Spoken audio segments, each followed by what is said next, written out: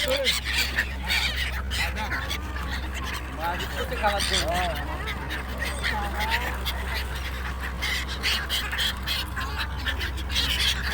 কাশী বিশ্বনাথের গঙ্গা নদীতে সিগাল দেখতে আলাদাই মজা।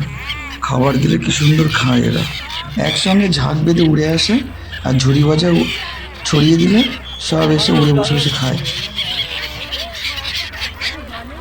যত নৌকা দেখছেন সব এদেরকে ঝুড়ি ভাজা এরকম করে ছড়িয়ে দিচ্ছে, সব উড়ে উড়ে খাচ্ছে।